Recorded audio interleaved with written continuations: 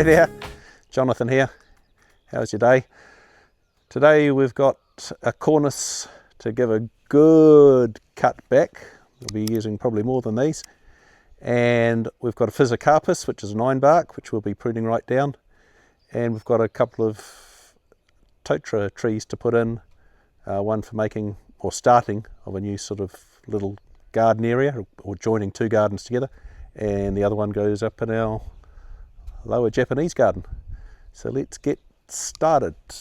So this one is a Cornus Midwinter Fire, which has these red stems as the new growth comes. They're red on the very tops. So I'm going to give this a huge chop back.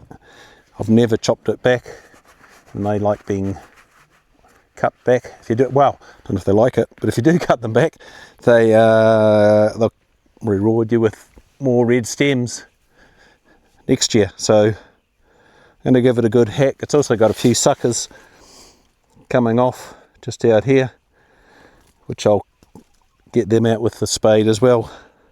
Hasn't been too bad considering it's been here quite a few years, so it hasn't caused too much trouble, but it just needs harnessing a bit, and it's trying to interfere with a maple on the other side. So let's give it a cut and see how it goes.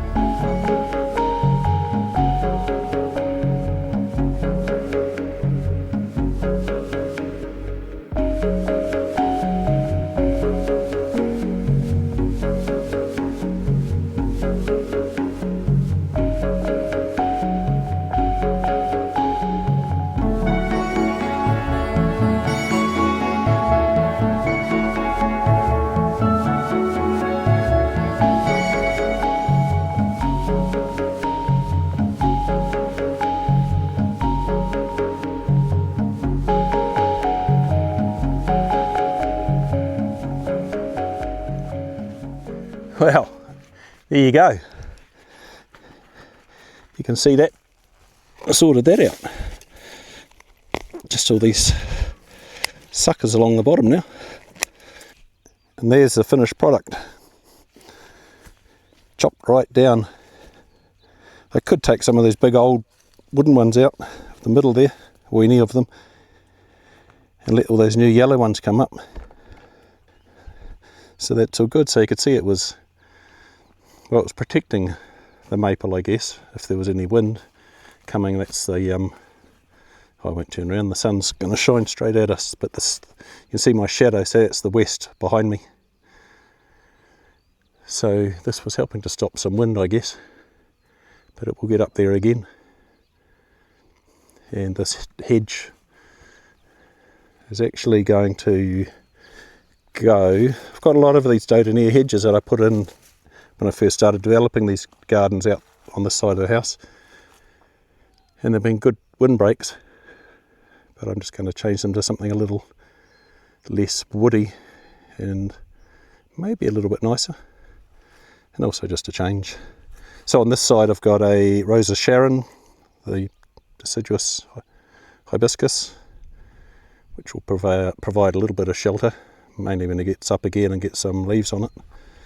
And Capressus blue ice, that has doubled in height since September, so that is huge. I quite like the foliage on these.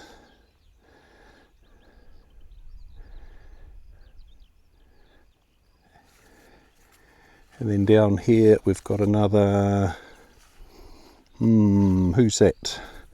No, its last name is Zebrina, because it's like a zebra. It has sort of colours, stripy colours, not quite so much maybe in winter, because they darken off like a lot of conifers, sort of darken, go bronzy-ish or dark colours over winter. You can sort of see there's a couple of colours in there. It's a bit more yellow and green once the winter's finished again. So these are going to get up and provide a bit of windbreak for that maple and the whole garden in there. So that hedge will change, something will happen, it'll go, and there'll be the odd plant go in, but these will help give it the shelter that's needed anyway. I might need a plant up here somewhere. I've often thought that, although I'm thinking of putting just a simple little track through there. I don't have to do a lot, I guess, but just enough to let people know you can wander through. I cut through there all the time because it's a quick way from there out to our avenue in the paddock. So this one I'm going to cut back. I'm going to give it a good chop. Hasn't had much done to it for years.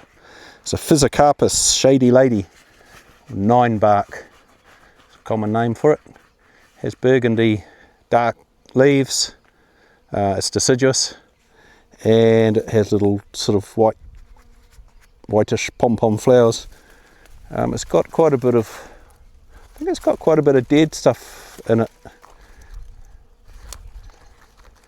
Yeah, some of those are just snapping off. So I'm going to give it a good chop, probably just with loppers and secateurs. I can leave all these branches, I'll just chop them up a little bit, and they can just stay up in this garden and make some mulch. So I'm going to give it a good cut down, and I'll just make a pile and chop them later.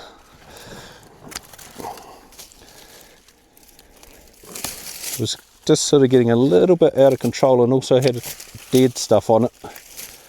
They like full sun. When it went in here it would have had full sun, but I wouldn't say it's got full sun now.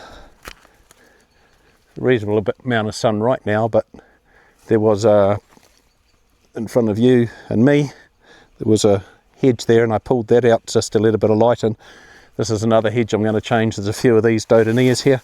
They'll come out, and I'll put individual plants, sort of a semi hedge. So that'll let a bit of light in, and also be able to sort of sneak a look into the garden as you walk along the path out there behind you. So I'll give this a chop, and I think that will just make it better. I'm not worried about losing flowers or anything on it this year, just as long as it comes back alive and not dead. And there's a big butylon, big Chinese lantern in behind it too. That's going to get a major chop, because they like a good chop. I like giving them a major chop too, actually. They grow out of control, but their flowers are nice. The good thing is you can give them a good chop. They're evergreen, so don't do them in winter because they don't like that so much. So there you go. That's chopped. Let's chop down nice and low now. So now we get to planting. These are a Golden Totara. So Podocarpus, Totara Aurea. Grow into a tree, or not huge. Maybe, well, in time they get huge, but sort of 10, 15 years maybe.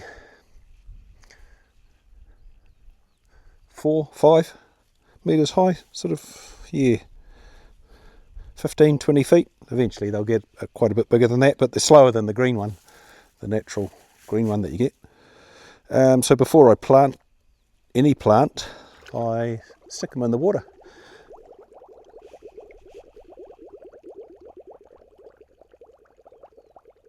You can hear those bubbles. I refer to it as stick them in the water until they stop breathing. So basically I'm making sure they get a good drink, and the easiest way is to put them in water rather than trying to pour water on top with a watering can or a hose, because it'll either overflow or run straight through. So this way I know that they're getting wet, and when I plant them I'll give them a drink of water as well, so then the surrounding soil is also wet.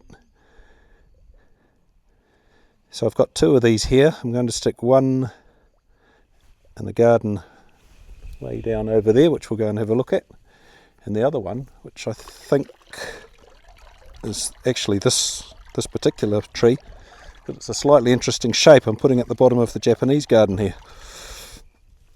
See how that's kind of got these 2 branches? It's kind of a little bit odd. I could make it, I purposely got it like that from the nursery when I grabbed it the other week. I tried to get one that was a little bit kind of funky, a little bit typical Japanese garden looking, I suppose you'd say. Whereas this one's got a single leader and fairly straight. It's forking now. Well, possibly it's not forking because it's still like thicker, so that's probably still the main leader. But this one will go down. This one will be the one that goes away over there. So if you look from here, you can imagine the yellow plant standing up behind that summer sign. Just in here. I'm going to go and stick it in a minute, so we're going to see it for real.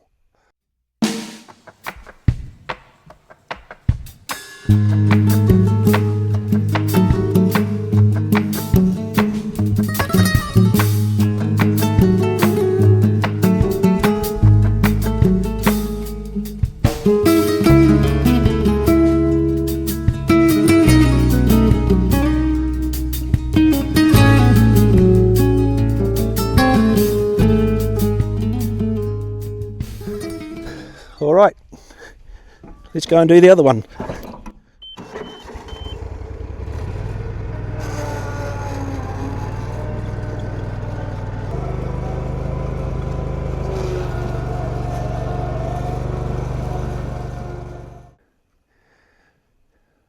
Okay, so here's what I'm thinking here. See what you think. So that hedge will eventually go, and it was just there to help protect the rhododendron, which is probably okay now. So I've laid out the hose to give me an idea of a shape, pretty much just linking the 3 gardens and just trying to get a slight sort of a swervy side to them, and the same out. This will be the other side of it.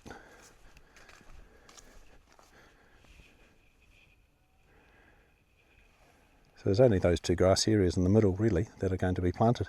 But I'd like to put evergreen trees. So I've got this one here, which is, I think it's called Capressus. It's blue ice.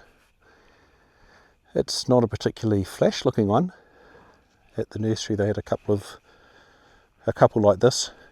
Obviously the tops have died and they've been cut off. I'm going to move that one, as little as he is, and I'm going to stick it somewhere right in the middle here. He'll get a few metres wide, so I think if I just stick it just inside the garden, maybe about there where that light green patch is, he shouldn't get in the way of that rhododendron hopefully. And then the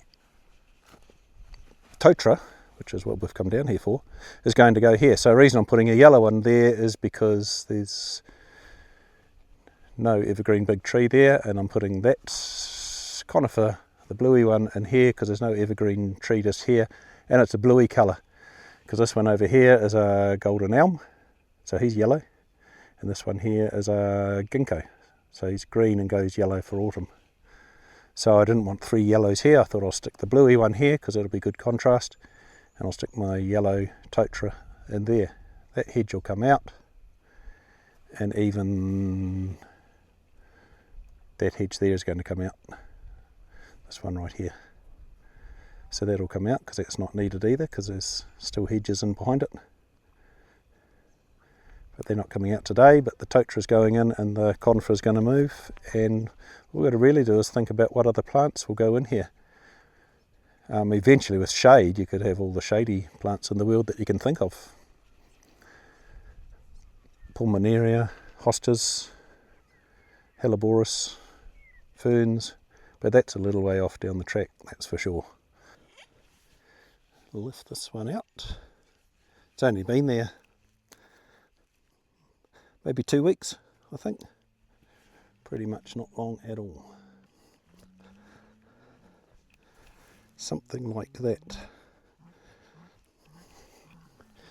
Down on my hands and knees again.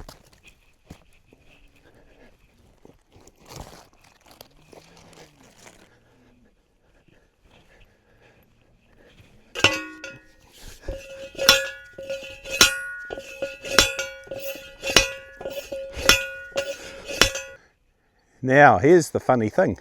This proves that I am real and this is real and it's not AI.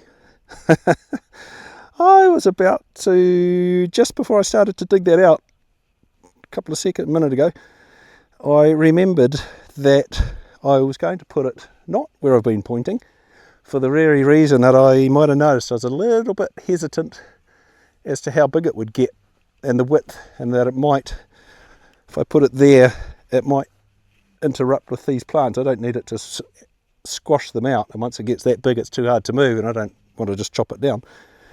So I actually realised that a few days ago and thought, I'll stick it away over here and it can be its own thing.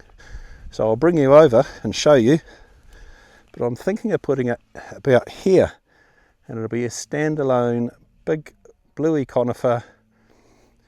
East is over here, north is over here, west is there, so it'll shade pretty much where you are, at least when it's not the middle of summer, in which case the sun will be straight across us and it'll shade just in front of it. So that's a bit weird, eh? Here was I thinking I know what I'm doing, and I'd completely forgotten, but I remembered in time, which is better than forgetting and remembering tomorrow. So because it's a conifer, I'm not giving it any compost because I don't want it to hold moisture. Holding moisture is not normally a problem in our soils, but it would hold some moisture, not waterlogged, but some moisture.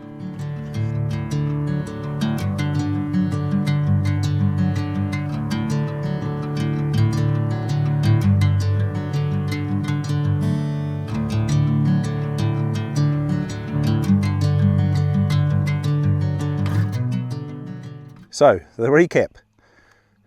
Podocarpus Totara Aurea, yellow Totara, or Golden Totara, probably more correct. Ended up going there where the conifer used to be. And then we come over here, we haven't got a conifer there, like I said I was going to. And this is where it's ended up. It looks fairly minuscule at the moment. You can see behind me, this is our other Golden Totara that we've got on the property. So that's two existing ones, but are just starting to get up there. That'll get a bit bigger yet. And the two that we just put in. So a little bit of confusion with where I was going with my conifer down in that other garden, but that's the nature of gardening. Thanks for coming along for the ride today. We had a bit of pruning and the planting. And coming up, actually, I must tell you, late Friday next week, when the video comes out, there's a series that I'm doing, and it's about a new topiary garden that I'm starting. So each week, starting next Friday, which is the 20-something, last Friday of the month, we'll be starting the series on topiary garden, and each week we'll slowly progress and get through into what will be a final product. So don't miss out on joining me for that. And in the meantime, have a good day, subscribe so you can catch up with me, follow me, and enjoy the rest of the day and the rest of the week. See you later.